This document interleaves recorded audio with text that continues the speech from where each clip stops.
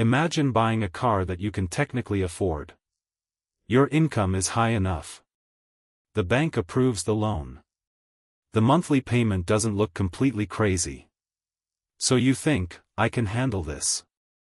But 6 months later, you're wondering where all your money went. The problem might not be the price of the car. It might be the car payment trap. And today, we're going to break down exactly how this trap works, and how you can avoid it. Let's say you make $5,000 a month after taxes. You find a car you really like. The dealer tells you, don't worry. Your payment is only $550 a month. $550 doesn't sound terrible. But here's the trick. You aren't really paying $550 for the car. You're paying for the loan. Plus insurance. Plus gas. Plus maintenance. Plus registration. Plus repairs. And sometimes even parking. That $550 payment can easily turn into a much larger monthly expense. Now here's where things get interesting. Car dealers and lenders often focus your attention on one number. The monthly payment. Why?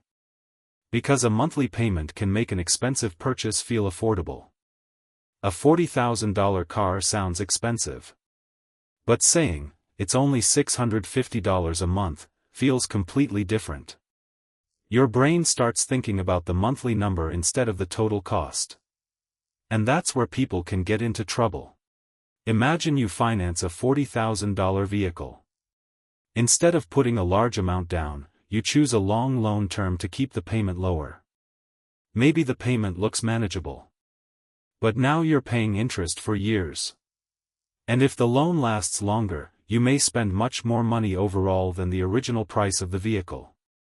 The lower payment isn't necessarily a better deal. Sometimes, it's simply a longer road to the same destination. There's another problem people don't talk about enough. Depreciation.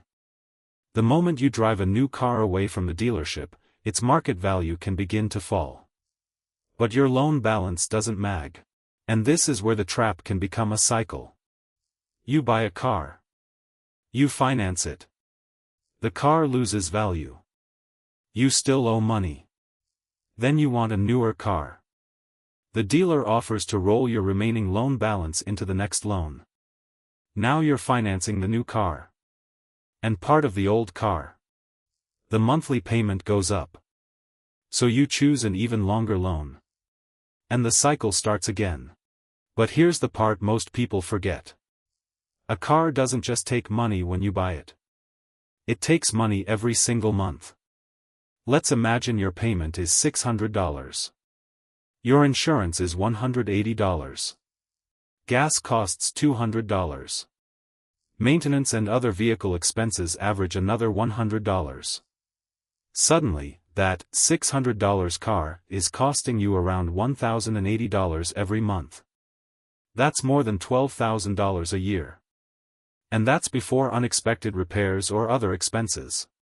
Now imagine what could happen if you invested even part of that difference instead. Suppose you could reduce your total car expense by $400 a month. That's $4,800 a year. Over several years, that money could potentially grow significantly if invested consistently.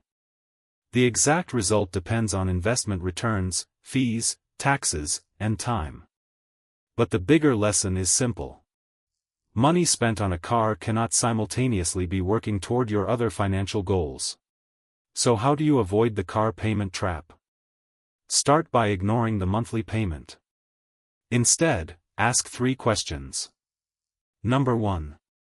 What is the total out-the-door price? Number 2. How much will I pay in total over the life of the loan? And number 3.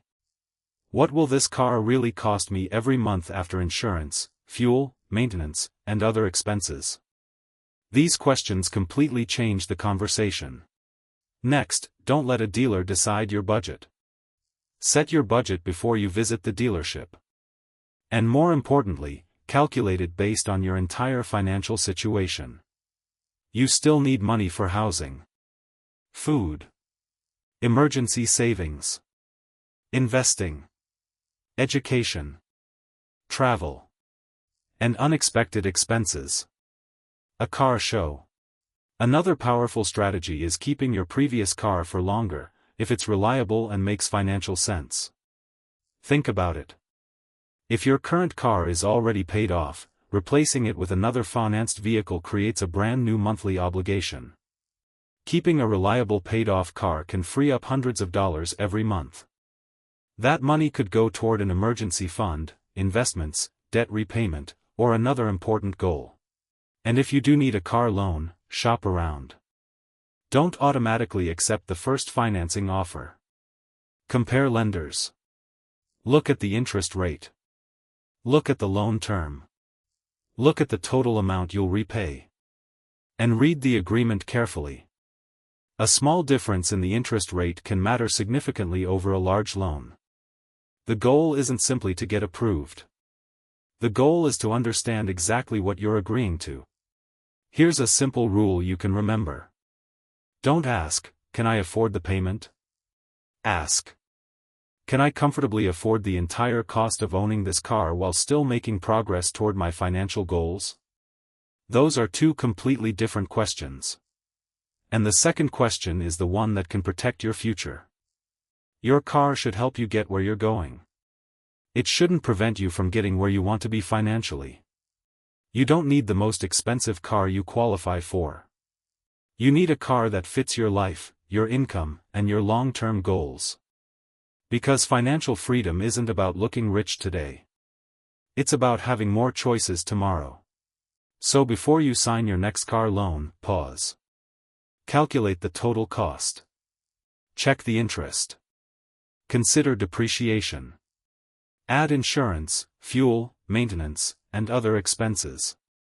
And think about what that money could accomplish if you kept more of it. If this video helped you see car payments differently, subscribe to Roy Finance for more simple personal finance lessons designed to help you make smarter money decisions.